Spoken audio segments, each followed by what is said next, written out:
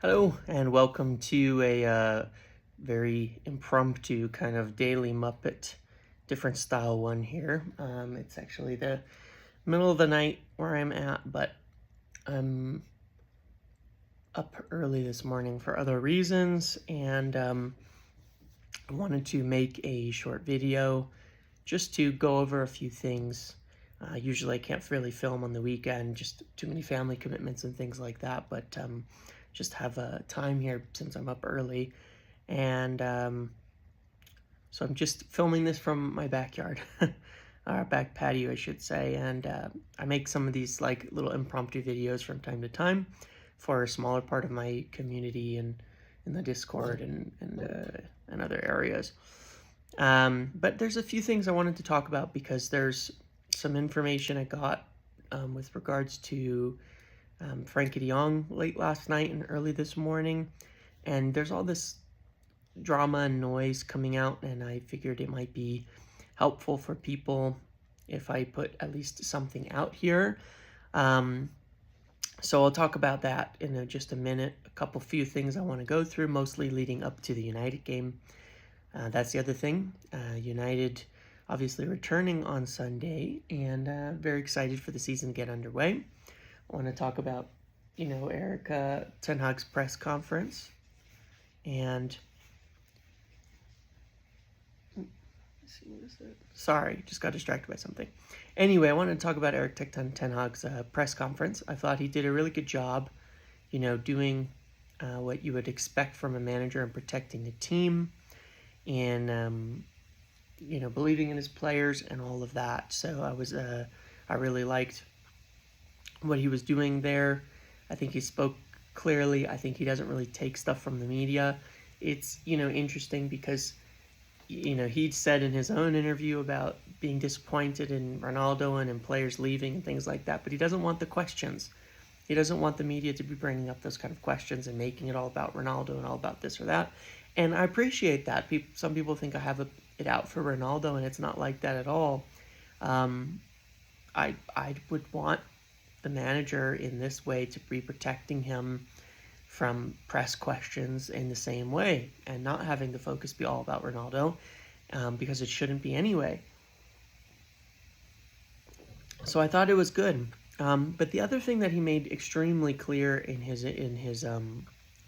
when he's been speaking in press conferences and videos is with regards to transfers, he really isn't much interested in alternates, and that's exactly, he wants to get exactly what he wants. And I think that's a good strategy for him this summer. I mentioned a few times, I think it's a good strategy from him this summer to not add players who aren't necessarily, going to work out in the long term, that he's not really confident are going to work out in the long term, simply because we've had that happen in the past, and you end up with so much bloat and such a overwhelming wage bill, and the squad list is huge, and you just have to understand that with the owners that we have, if that happens, you don't get more transfers. And I think Erik Ten Hag understands that better from what he's seen. I think Murtaugh understands that too from what he's seen, and so he'd rather get what he gets. And he's expecting to be here for a few years, and a lot of the core of the team now is younger. Dalot, Martinez, I know Maguire's getting up in age, but Martinez, Sean Malaysia are not old. Bruno, Sancho, Rashford, obviously a good core, Martial, a good core component of this team. They're not in the 30s, and I know he believes that if it takes two summers to get the players he needs and in key positions, it's more worthwhile than getting players he doesn't want and not being able to get better players next year. And he has a lot of confidence in his ability to achieve with this team. And so that's really why he's looking at things that way. So the other thing he brought up was that Eriksen and Martinez would be healthy for starting, that he expects them to be fit enough to start. So my expected 11 is this. I think it's the obvious things: De Gea, Dalot, Maguire, Martinez, Shaw, who's been training all week. I think he'll still be ahead at the moment. Fred, Bruno, Sancho, Rashford, and then I think it'll be Eriksen and Elanga, but I think the alternative is it could be McTominay, Eriksen with Bruno at false 9. I don't expect Ronaldo to start yet just because of how Erik Ten Hag values fitness. So, that it could happen. That's just my expected. I would prefer that kind of Bruno false 9 type thing with Eriksen, Scott, Fred, and Sancho and Rashford. But I think it'll be Rashford, Sancho, and Elanga. But we'll see what happens with that. I'm very curious to see if there's any real surprises in his team sheets, because we don't know. There could be. I have one little piece of information on Sesko before I move on to the Frankie de Jong information. From what I understand in talks during this week, United were looking to offer informally around £35 million for the move. They're interested, but they need the player to maybe push Salzburg to let him go this year in order for something to happen. And they haven't had an agreement yet on a fee or a move, but the talks will be set to continue over the next week and ensuing days. But they had been looking at around £35 million. That's around a price that they wanted to get to bring him in that they think is fair. So we'll see. So moving on to Frankie de Jong. Okay. On the Athletic podcast in the last couple of days, they were saying now that they were talking about plan Bs, whereas before they didn't. And they were saying it's really Frankie de Jong or bust. Mullick and others now today are saying it's still Frankie de Jong or bust. Essentially, he's willing to wait to the end of the window for him. And on the video I did on the 27th, I said there was a bit more pessimism at United and that they might be looking at plan Bs. And it seems like that's what the Athletic guys have heard now about a week later. However, it's kind of interesting because I've been hearing things given how I talk to people from different areas of the club, and this is what I can say. For some of the people down on the ground working on transfers, there's pessimism. They're worried. At the top, they believe and have a lot of confidence, even as recently as last night and this morning. They have confidence in Frankie de Jong joining. So I've been trying to figure out what's actually going on because there's been a lot of confusion. Are United, and as I've tried to sort it out, are United lost? Are they correct? Are they wrong? Are they right? Where is it at? And I believe it's sort of figured out exactly what is going on. And there's some really good information that have been given that I trust really well, that I trust is correct, that I think can explain the situation. So let me just explain kind of exactly where things are at now and where they're expected to go in the next week or so.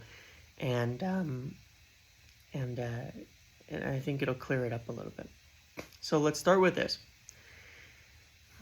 At the moment, Frankie de Jong has not yet accepted that he has to leave Barcelona. He does not yet believe he has to leave Barcelona. It has not yet been made clear to him that he has to leave Barcelona. He is still, his first priority would still be to stay at Barcelona, and as of now, he does not believe he has to leave. Okay? So that could explain a lot of things that you're seeing. The second thing is that in talks with United believe they have been assured by him if he did have to leave, if the scenario came out that he did have to leave, that he would join United. United believe that. They believe they've been given assurance from him that if he had to leave Barcelona, he would join United. And that's where it stands today. So basically, the way that we look at it is that they believe that if he has to leave Barcelona, he'll join them, but he does not believe yet he has to leave Barcelona. Now, in the next 7 days, this is newer information, in the next 7 days, Barcelona are really set to put the pressure on him to leave and do everything they can to force him out. That I have been told and believe with some certainty. They're going to do everything they can to force him out. And I believe this is where United have that confidence. They've been told that by Barcelona, and they've been told by Frank if he does have to leave that he'll join them. But he has not yet accepted that he has to leave. So that's the reason for the confidence, is essentially, 1 second. Good job, buddy. Good job. I'll be done in a minute, okay? Basically, that scenario. He doesn't yet believe. Okay. 1 second. He does not yet believe that he has to leave United. He does not yet believe and has not gotten the picture that he has to leave Barcelona. United believe when that happens, and that it will happen based on what they've been told by Barcelona in the next week, that he's given them assurances he will join United in that case. That's the confidence. That's where it's at. How does Chelsea play into this? I'm actually not sure. But United believe they've offered a package that allows Barcelona to cover the deferred wages as needed, have the money to cover the deferred wages as needed when it's time for them to force Frankie de Jong out. If Chelsea come in and make an offer, or a bigger offer, and de Jong gives them indications he would join them, then yes, that could throw a wrench in things. But there's little indication that that's actually happened yet.